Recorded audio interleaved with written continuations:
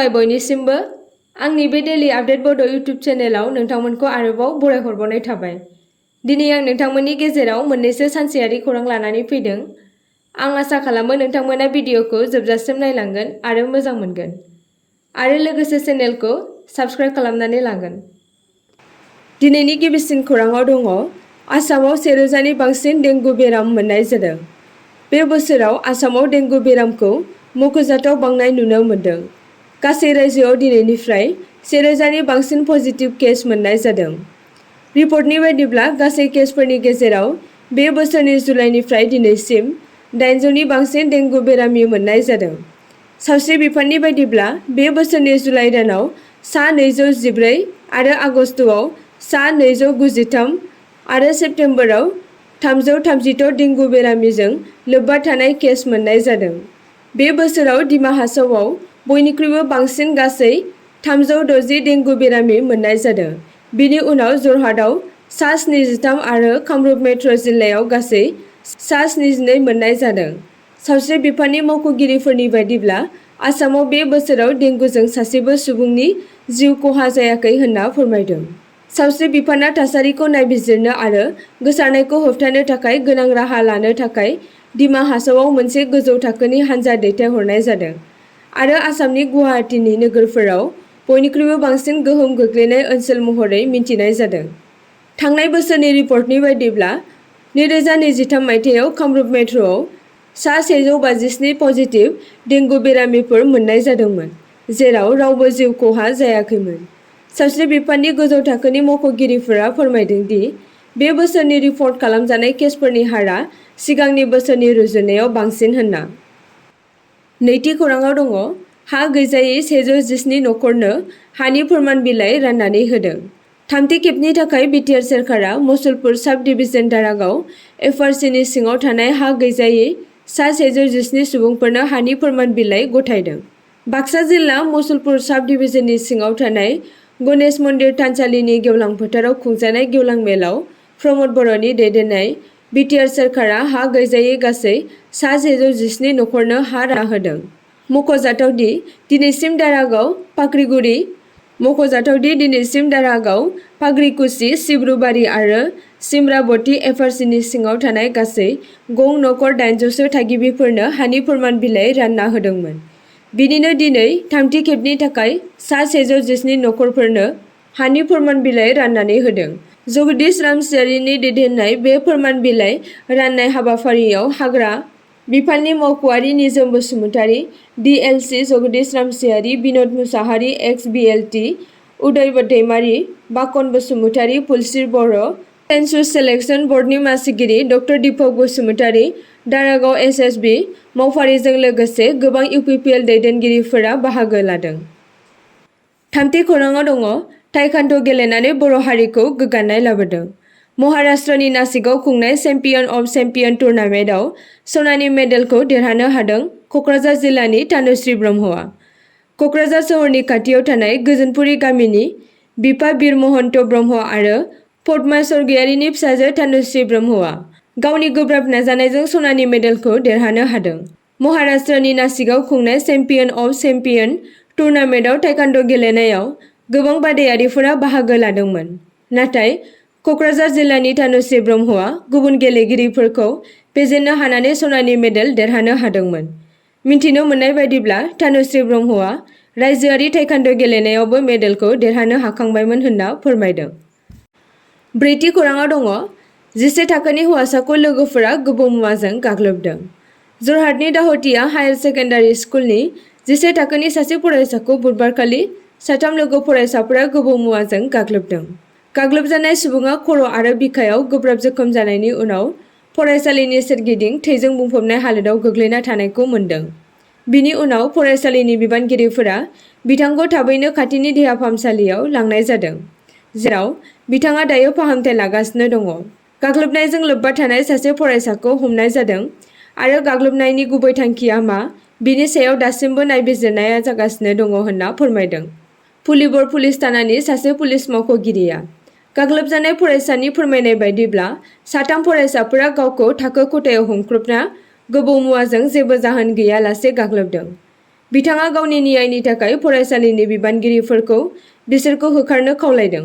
मख'जाथाव दि बेबायदि जाथाया थांनाय 23 सेप्तेम्बर खालि दरं जिल्लानि फुदुमपुखुरि गोजौ फरायसालियावबो जादोंमोन, जायनि जाहोनाव सासे 9 थाखोनि फरायसाया जिउ गोमादोंमोन। 5थि खौराङाव दङ त्रिपुरानि 500निबो बांसिन बिग्रायारिफोरा गावसोरनि हाथियारखौ गथायबाय। National liberation front of Tripura आरो अल त्रिपुरा टाइगार्स फर्सनि गुबुन गुबुन हानजाफोरजों सोमोन्दो थानाय 500निबो बांसिन बिग्रायारिफोरा मंगलबाराव चेपाहिजाला जिल्लानि जाम्पुइजालायाव 7थि बेटालियन त्रिपुरा स्टेट राइफल हेडक्वार्टार्सआव खुंजानाय मोनसे मेलाव गावसोरनि हाथियार गथायदों। गोदान दिल्लीआव 4 सेप्तेम्बर खालि national liberation front of Tripura आरो अल त्रिपुरा टाइगार्स फर्सनि गेजेराव भारत सरकारजों मोनसे गोजोन गोरोबथा जादोंमोन। बे गोरोबथायाव त्रिपुरानि गिबि मन्थ्रि डक्टर मानिक साहानि दैदेननायाव हाबाफारियाव सा 584 उदखारिफोरा गावसोरनि हाथियारफोरखौ गथायदोंमोन। बिनि उनाव गिबि मन्थ्रि डक्टर मानिक साहाया त्रिपुराखौ मोनसे बिग्रायारि उदां रायजो महरै फोसावदोंमोन। बिनि सायाव national liberation front of Tripura हानजानि दैदेनगिरि बिश्व महत देब बर्माया गोरोबथानि सायाव गोजोननाय फोरमायो। बिथाङा बे गोरोबथाखौ गावनि हानजानि थाखाय मोनसे गोदान जागायनाय होनना बुंदों, जेराव 380 सोद्रोमाफोर दंमोन। 6थि खौराङाव दङ बांलादेशआ दुर्गा फुजानि सिगां भारतनो 3,000 टन ना दैथायहरगोन। बांलादेशनि गेजेरारि सोरखारा दुर्गा फुजानि थाखाय भारतनो 3,000 टन हिलसा ना दैथायहरनायनि गनायथि होदों, जाय 9 अक्ट'बरनिफ्राय 13 अक्ट'बरसिम जागोन। बांलादेशनि फालांगि मन्थ्रि बिफाना मोनसे फोसावलायाव बुंदों, सोरखारा फैबाय थानाय दुर्गा फुजाखौ नोजोर होनानै भारतनो हिलसा ना दैथायहरनो गनायथि होदों। फालांगि बिफाननि बिबुंथियाव बुंनाय जादों, फैबाय थानाय दुर्गा फुजानि फालिथायखौ आबुं खालामनो 3,000 टन हिलसा ना दैथायहरनो गनायथि होनाय जादों। बांलादेशआव हिलसा नानि बयनिख्रुइबो देरसिन दिहुनग्रा महरै मिन्थिनाय जायो। बेखौ गावनि गोथावनि थाखाय जोबोद मान होनाय जायो आरो ढाकानि गुबुन गुबुन हाथाइफोराव हिलसा नानि फोरबो फालिनाय जायो। बियो भारतनि सोनाब बेंगलावबो मुंदांखा आरो भारत हादरा गोबां समावनो दुर्गा फुजा फोरबोनि समाव बे हिलसा नाखौ बाङालिफोरनि गेजेराव मोनसे जोबोद बेसेन गोसा जाग्रा आदार होनना मिन्थिनो मोननाय जायो, जायनि थाखाय बांलादेशआ दुर्गा फुजानि समाव भारतनो 3,000 टन ना दैथायहरगोन। बारग' गाहाय मन्थ्रि शेख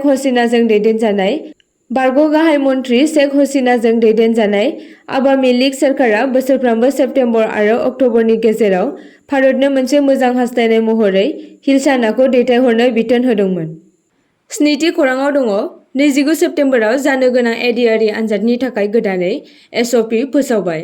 15 सेप्तेम्बराव जाना थांनाय एडिआरइ आनजादाव सोंथि बिलाइ गोसारहोनायनि दायाव आरो आनजादनि सिगां चेकिं खालामनाय समाव हिन्जावसानि मोदोमाव साबजाथावै आखाइ होनायखौ लाना हेंथा दिन्थिफुंनाय नुनो मोन्दों। बेखौ लानानै एडिआरइ आनजादनि थाखाय मैया गोदानै एसअपि फोसावदों। आय'गआ फोसावदोंमोन दि बिनायसाफोरखौ नांगौ रोखोमनि नायबिजिरनाय गैयाजासे आनजाद थावनियाव हाबनो गनायथि होनाय जानाय नङा, जायखौ पुलिस एबा मावख'गिरिफोर आनजाद होनायनि सिगां नायग्रोमगोन। गोदान एसअपिनि बायदिब्ला गेट बन्द खालामनाय समनि उनाव आनजाद मिरुआव हाबनो गनायथि होनाय जानाय नङा। नागिरनाय बिखान्थिखौ मोजाङै खालामनो थाखाय आनजाद होग्राफोरखौ आखाइ खान्दा, सि-जोम आरो सेन्देल गाननो थाखाय बिथोन होनाय जादों। आनजाद थावनिनि सिङाव खालि थि बेसादफोरखौल' गनायथि होनाय जायो, जेराव एडमिट कार्ड, आइडि प्रुफ, गोथां एबा गोसोम बलपेन रेबगन आरो मोनसे रोखा दैनि बथल। आनजाद जोबनायनि उनाव नायदिंगिरिफोरा बिनायसाफोरनिफ्राय अएमआर सिटफोरखौ बुथुमगोन। अएमआर सिटफोरा फोरमान जाखांनायनि उनाव बिनायसाफोरखौ एसएलआरसीनि बिथोन बायदियै सोंथि बिलाइफोरखौ आनजाद जोबनायनि उनाव नायदिंगिरिफोरा बिनायसाफोरनिफ्राय अएमआर सिटफोरखौ बुथुमगोन। अएमआर सिटफोरा फोरमान जाखांनायनि उनाव बिनायसाफोरखौ एसएलआरसीनि बिथोन बायदियै सोंथि बिलाइफोरखौ लांनो थाखाय गनायथि होनाय जागोन। 8थि खौराङाव दङ इउनाइटेड फ'राम अफ एक्स-एनडि-एफबिनि गाहाय नेहाथारि दानसोरां नार्जारिखौ बिबाननिफ्राय बोखारबाय। इउनाइटेड फ'राम अफ एक्स-एनडि-एफबिनि दाजेनगिरि गाहाय नेहाथारि दानसोरां नार्जारिखौ जाहोन गैयालासेनो बिबाननिफ्राय बोखारदों आरो बिथांखौ गाहाय नेहाथारि बिबाननिफ्राय बोख्लायना एक्जिकिउटिभ मेम्बार्स बिबानाव दोनदों। नेहाथारि बिबाननिफ्राय बोख्लायजानाय उनाव माखासे खेंफोरथि होदों। बिथांमोना मैया मिटिं जादों ना मादों जोंनिसिम जेबो इनफरमेसनबो गैया, नाथाय आं उनावहाय नुनो मोनदों जे बिथांमोना प्रेस मिट एबा फेसबुकनि गेजेरजों एगारदों जे आंखौ जेनेरेल सेक्रेटारिनिफ्राय एक्जिकिउटिभ मेम्बाराव लाबोनायनि। दा मबे खारनाव मबे रिजनाव खालामदों आं बेखौबो मिथिया, जोंनिसिमबो खबरबो फैयाखै, जों मिन्थिनो मोनाखै। दा आं बेखौसो बुजियो जे जोंनि खामानि मावनाया जोबोद मोजां जागासिनो दङखाय खिन्थु बिथांमोना माबा मोनसे बाजानायबो दं नामा। दा आङो सानदों बेंगलि रावाव मोनसे दङ, बिराद बाक्य दङ जोबोद गोनांथार, जे काजेर समाय काजि कासेर सेसे पाजि। दा आं बेखौसो नुहुरो आरो।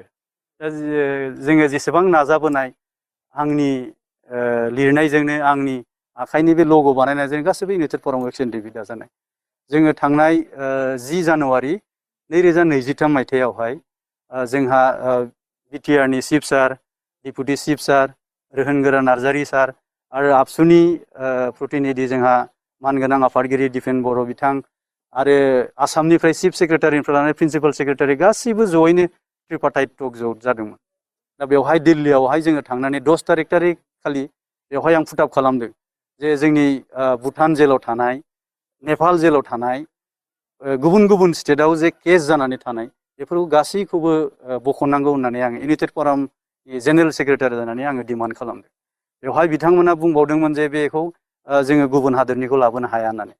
बेवहाय जोंहा मानगोनां बुंनांगोन दिनै मानगोनां एमपि रोहोनगोरा नार्जारि साराबो बुंदों जे बै समावहायबो जुदि गुबुन गुबुन काश्मिरनिफ्राय लाबोलायनानै जुदि एगारनो हादोंबा जोंनि एनडिएफबिनि जोहोलावफोरखौबो गुबुन गुबुन जिल्लायाव थानाय बा गुबुन गुबुन हादोराव थानायफोरखौ लाबोनानै उदां खालामनांगौ होननानै।